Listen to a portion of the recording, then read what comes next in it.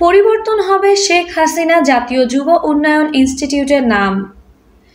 দায়িত্ব নেয়ার পর রোববার ১১ আগস্ট সচিবালয়ে অফিস করলেন অন্তর্বর্তী সরকারের যুব ও ক্রীড়া উপদেষ্টা আসিফ মাহমুদ সজীব ভুঁইয়া। সেখানে তিনি সাংবাদিকদের বিভিন্ন প্রশ্নের উত্তর দেন। দেশের ক্রীড়া বিষয়ে আপাতত ৩টি সিদ্ধান্ত নেওয়ার কথা বলেছেন আসিফ মাহমুদ। এই ৩টি বিষয়ের একটি শেখ হাসিনা জাতীয় যুব উন্নয়ন ইনস্টিটিউটের নাম পরিবর্তন, অন্য দুটি বাংলাদেশে হতে যাওয়া নারী টি-20 বিশ্বকাপ আর বাংলাদেশ ক্রিকেট বোর্ডের ভবিষ্যৎ। শেখ হাসিনা জাতীয় যুব উন্নয়ন ইনস্টিটিউট নিয়ে আসিফ মাহমুদ বলেন, যুব ও ক্রীড়া মন্ত্রণালয়ের অধীনে শেখ হাসিনা জাতীয় যুব উন্নয়ন ইনস্টিটিউট আছে।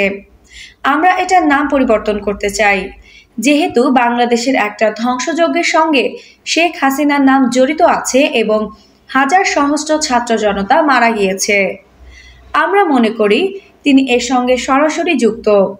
সে জায়গা থেকে এটা শুধু আমাদের মন্ত্রণালয় নয়, প্রতিটি স্থানে এটা করা হবে। শেখ হাসিনা জাতীয় যুব উন্নয়ন ইনস্টিটিউট নামটা পরিবর্তন করে আমরা বাংলাদেশ জাতীয় যুব উন্নয়ন ইনস্টিটিউট করছি।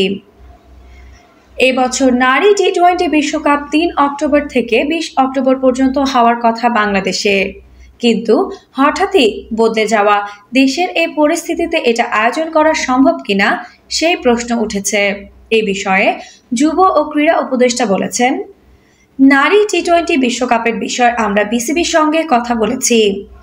যে বিষয়গুলো আছে এর মধ্যে সবচেয়ে গুরুত্বপূর্ণ হচ্ছে নিরাপত্তা নিশ্চিত করা। নিরাপত্তা নিশ্চিত করার ব্যাপারে রাষ্ট্রীয় পর্যায় থেকে কিছু কাজ করার ব্যাপার আছে। আমি আজই যমুনাতে এই বিষয়ে ইউনুস স্যারের সঙ্গে বিস্তারিত কথা বলবো। তিনি একজন ক্রীড়াপ্রেমী মানুষ, তিনি আমাদের এই বিষয়ে সহযোগিতা করবেন। আসিফ মাহমুদ এরপর যোগ করেন, আমরা রাষ্ট্রীয় পর্যায় থেকে নিরাপত্তা নিশ্চিত করব। কিছু দেশের ভ্রমণ বিষয়ক বিধিনিষেধ আছে, দেখি সেটা কিভাবে সমাধান করা যায়। আর অবকাঠামোগত কিছু বিষয় আছে। মাননীয় সচিব আমাকে নিশ্চিত করেছেন নির্দিষ্ট সময়ের মধ্যে সেগুলো শেষ হয়ে যাবে। বিসিবি নিয়ে যুব ও ক্রীড়া উপদেষ্টা নিয়মের মধ্যে থেকেই সবকিছু সমাধানের কথা বলেছেন। সভাপতির মতো গুরুত্বপূর্ণ দায়িত্বে যিনি আছেন তিনি অনুপস্থিত আছেন, কিন্তু বিসিবি আইসিসির অধীনে একটি ফেডারেশন।